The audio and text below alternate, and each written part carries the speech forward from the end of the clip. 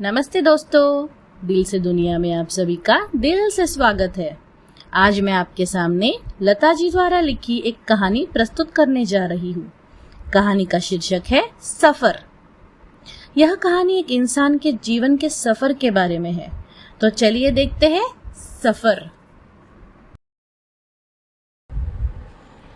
जीवन एक लंबी यात्रा है और बालू की यात्रा भी शुरू हो चुकी थी। ना तो उसके जीवन में एक मस्त बचपन था, ना ही 100 सीसी बाइक पर घूमने वाला किशोर काल। उसके पिता एक मजदूर। बालू के बचपन में ही भले ही स्वस्थ थे, लेकिन उनके संघर्ष बालू ने बहुत गहराई से देखे थे और समझे भी थे। बालू अपने घर का बड़ा बेटा था। उसके पीछे 2 छोटी बहनें थी। इसी कारण बचपन से ही उसमें एक परिपक्वता आ गई थी। वह किसी बात के लिए जिद नहीं करता था। अब वह 18-19 वर्ष का हुआ। उसके पिता बीमार हो गए। बालू ने पढ़ाई छोड़ दी और जो भी काम मिल गया करने लगा। उस किशोर उम्र में ही उसने अपने परिवार की जिम्मेदारियां अपने कंधों पर ले ली। बीमार पिता, असहाय माँ और 2 छोटी बहनें, ये सब बालू के सामने थे। पर बालू घबराया नहीं। पढ़ाई में होनहार, बालू ने पढ़ाई को विराम दे दिया और हर तरह का काम किया। मजदूरी, मछली बेचना, ऑटो चलाना। धीरे धीरे वह प्राइवेट बस का ड्राइवर बन गया। ड्राइवर बनने के बाद वह शाम की क्लासों में जाने लगा और पढ़ाई फिर से शुरू की। परिवार की जिम्मेदारियों के बीच उसने अपनी पढ़ाई भी संभाली। बहनों की पढ़ाई, पिता की दवाइयाँ, घर का खर्च, सब बिना कोई बड़ी मुश्किल से चलाता गया। इसी दौरान उसके पिता के एक पुराने दोस्त के जरिए उसे गल्फ जाने का एक अवसर मिला। बालू को विदेश जाने का मन नहीं था, लेकिन बहनों के भविष्य को देखकर वह तैयार हो गया। 10 जनवरी 1965 बालू तिरुवनंतपुरम में अबू धाबी के लिए उड़ान भरता है। माँ बाप की आंखों में आंसू, लेकिन चेहरे पर मजबूर मुस्कान। बालू ने अपने दुख को अंदर छुपाकर उन्हें सांत्वना दी। एयरपोर्ट पर कंपनी की गाड़ी पहले से ही मौजूद थी। औपचारिकताएं पूरी करने के बाद वह बाहर आया। हाथ में ड्राइवर का नंबर लिखा था। एक अजनबी की मदद से फोन किया। थोड़ी ही देर में ड्राइवर गाड़ी लेकर आया। वह बड़ा ही दयालु व्यक्ति था। रास्ते में बातें करता रहा, चाय पिलाई और जबरदस्ती उसे घर फोन करवाया। बालू के घर में फोन नहीं था, इसलिए पास के रोलेपन भैया के घर फोन किया। जब वह फ्लैट में पहुंचा, देखा एक कमरा, कई बिस्तर, ज्यादातर डबल डेकर बेड, सब अनजान चेहरे। एक बुजुर्ग ने एक बिस्तर दिखाकर कहा, यही तुम्हारा है बेटा। बालू धीमे स्वर में बोला, बालचंद्रन, सब मुझे बालू कहते हैं। वो वही बैठ गया, स्तब्ध। मन में एक आवाज गूंजी, क्या लौट जाना है बेटा? बालू ने अनजाने में अपने गांव की सुंदरता को याद किया।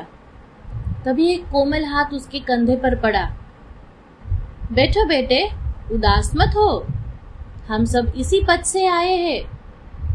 अब यही हमारी दुनिया है।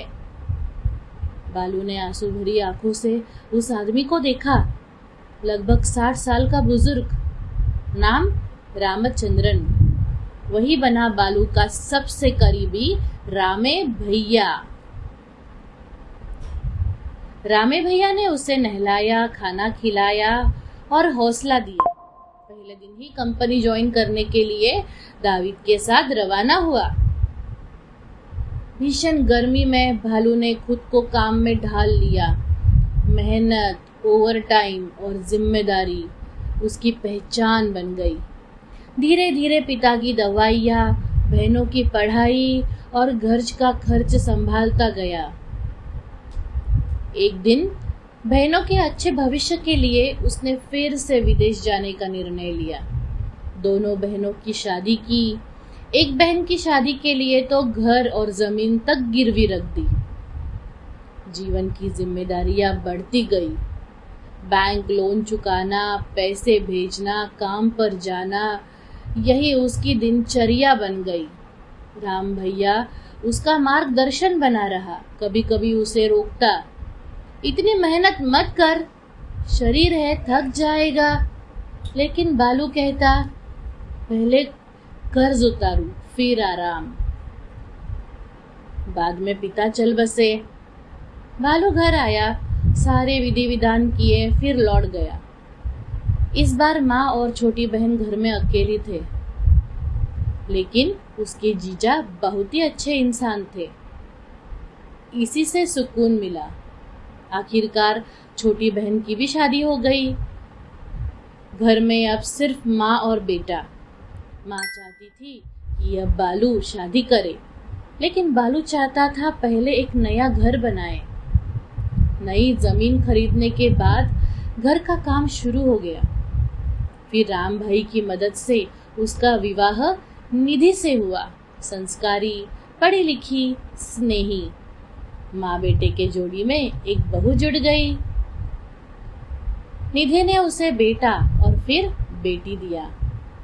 बेटे को पहली बार 1 साल के बाद देखा।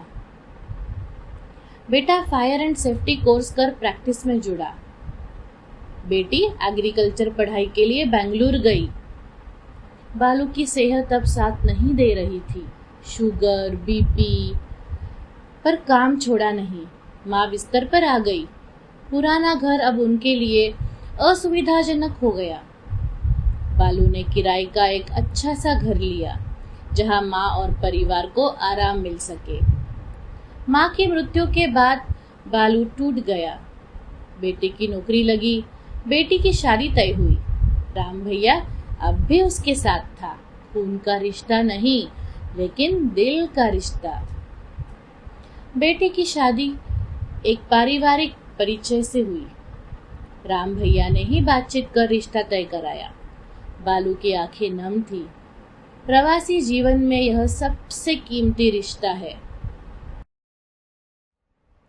अब बालू सामाजिक कार्यों में हिस्सा लेने लगा। एक दिन किसी मीटिंग से लौटा, थकान, बेचैनी, सोफे पर बैठा, फिर कहा थोड़ा आराम कर लूं।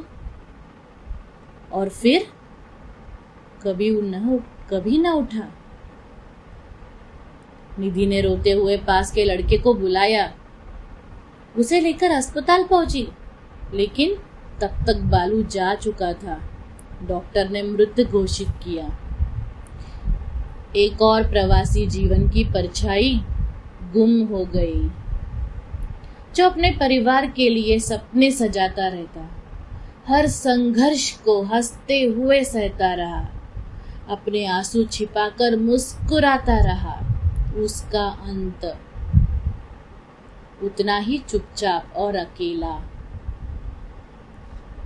यह कहानी सिर्फ बालू की नहीं, हर उस प्रवासी की है जो अपने परिवार के लिए अपनी जिंदगी बलिदान करता है। तो कैसी लगी आज की ये कहानी?